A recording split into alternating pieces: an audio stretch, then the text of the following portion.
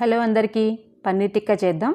కారం, ధనియాల పొడి, వేయించిన జీలకర్ర పొడి, కొంచెం చాట్ మసాలా, గరం మసాలా, 4 స్పూన్ల శనగపిండి, కసూరి మేతి, అల్లం వెల్లుల్లి పేస్ట్, కొంచెం పెరుగు, హాఫ్ లెమన్ వేసుకుని ఇట్లా ఒకసారి కలుపుకున్న తర్వాత కొంచెం వాటర్ వేసుకుంటూ ఇట్లా గరిటెజారు కలుపుకోవాలి.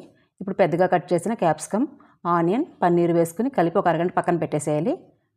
రెడీ చేసే ముందు కొంచెం ఆయిల్ మిక్స్ చేసుకుని ఇట్లా ఎయిర్ ఫ్రైయర్తో పాటు స్క్రోర్స్ ఇస్తాడు, వాటికి ఈ పీసెస్ అన్నీ గుచ్చేసుకుని రొటేటింగ్ వీల్కి సెట్ చేసేసుకోవాలి.